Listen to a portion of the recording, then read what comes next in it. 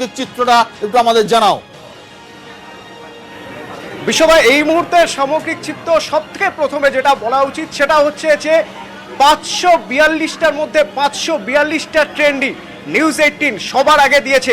বাংলার কি পরিস্থিতি, এখানে আমাদের টিমে যারা রয়েছেন সিনিয়র অ্যাসোসিয়েট এডিটর কৌশিক গিরি রয়েছেন, কৌশিকদার সঙ্গে একবার কথা বলবো। আমরা এখানে এখনো পর্যন্ত কি ট্রেন্ড পাচ্ছি কৌশিকদা?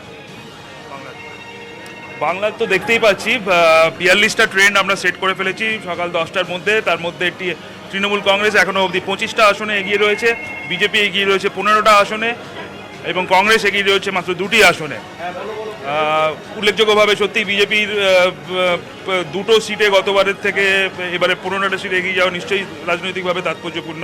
তবে এগুলো সবই খুব প্রাথমিক পর্যায়ের ট্রেন্ড, দেখতে হবে যে এরপরে ইভিএম এর প্রাথমিক পর্যায়ে আমি অতনু প্রাথমিক পর্যায়ে মানে কত রাউন্ডে এবং কত ভোটে এগিয়ে আছে এইটা আমাকে বলো, কত রাউন্ড কত ভোটে এগিয়ে আছে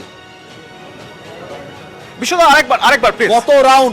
কৌশিক বললো প্রাথমিক পর্যায়ের ট্রেন্ড, প্রাথমিক পর্যায়ে মানে কত রাউন্ড এবং কত ভোটে এগিয়ে আছে একটু বলো। কত রাউন্ড পরে কত ভোটে এগিয়ে রয়েছে পুরো ট্রেন্ড এখনো পর্যন্ত? হ্যাঁ, ট্রেন্ড তো রয়েছে অনেকগুলো, কোথাও 2-3 রাউন্ড শেষ হয়ে গেছে। যেমন অভিষেক ব্যানার্জি প্রায় 20,000 ভোটে এগিয়ে রয়েছেন, তেমনি দিলীপ ঘোষ অবশ্য খুব কম ভোটে এগিয়ে রয়েছেন। আমি তোমাকে বলছি, শ্রীরাম বনগাঁয় বিজেপি প্রার্থী শান্তনু ঠাকুর এগিয়ে রয়েছে এই মুহূর্তে 10,027 ভোটে। বর্ধমান দুর্গাপুরে এস আলুওয়ালিয়া এগিয়ে রয়েছেন 15,209 ভোটে। উলুবেড়িয়ায় সাজদা আহমেদ এগিয়ে রয়েছেন 24,534 ভোটে।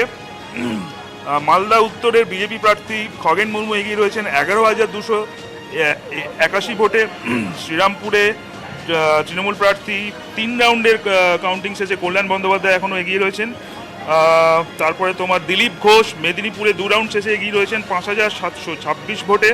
বর্ধমান পূর্বে সুনীল কুমার মণ্ডল অনেক ভোটে এগিয়ে গেছেন, 22,253 ভোটে এগিয়ে গিয়েছেন। ডায়মন্ড হারবারে অভিষেক বন্দ্যোপাধ্যায় 32,548 ভোটে এগিয়ে রয়েছেন এই মুহূর্তে।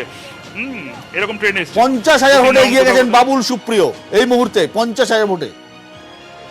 বিশ্বদা, উত্তরপ্রদেশ নিয়ে এত কথা হচ্ছিল, যে উত্তরপ্রদেশের সভা বসবা জোট বাঁধার পর মনে করা হয়েছিল যে উত্তরপ্রদেশের হয়তো অন্যরকম কোনো ফল হতে পারে, সেই উত্তরপ্রদেশের ট্রেন্ড কি একবার যদি উত্তরপ্রদেশ ডেস্কে আমরা যাই দেখতে পাবো? উত্তরপ্রদেশ ডেস্কে এই মুহূর্তে যারা রয়েছেন সিনিয়ররা যারা রয়েছেন তাদের সঙ্গে একবার কথা বলে আমরা জানার চেষ্টা করবো উত্তরপ্রদেশ ডেস্কের ট্রেন্ড ঠিক কীরকম।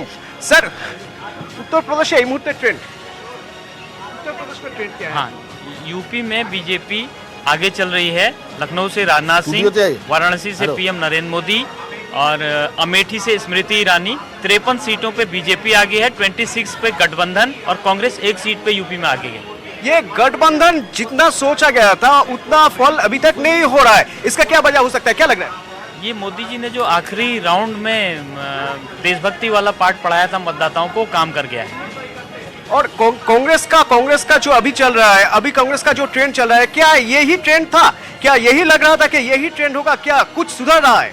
लास्ट टाइम कांग्रेस के पास 2 सीटें थी, लेकिन इस बार अभी जो ट्रेंड आ रहे हैं उसमें 1 ही सीट है। सोनिया गांधी रायबरेली से आगे हैं, राहुल गांधी अमेठी से पिछड़ रहे हैं स्मृति ईरानी से। শোচনীয় অবস্থা উত্তর প্রদেশে কংগ্রেসের। রাহুল গান্ধী, কংগ্রেস সভাপতি রাহুল গান্ধী নিজে পিছিয়ে রয়েছেন। আমরা এই আলোচনায় ফিরবো, আমরা অতনুর কাছে ফিরবো একটা ছোট্ট বিরতি নিয়ে, সঙ্গে থাকুন।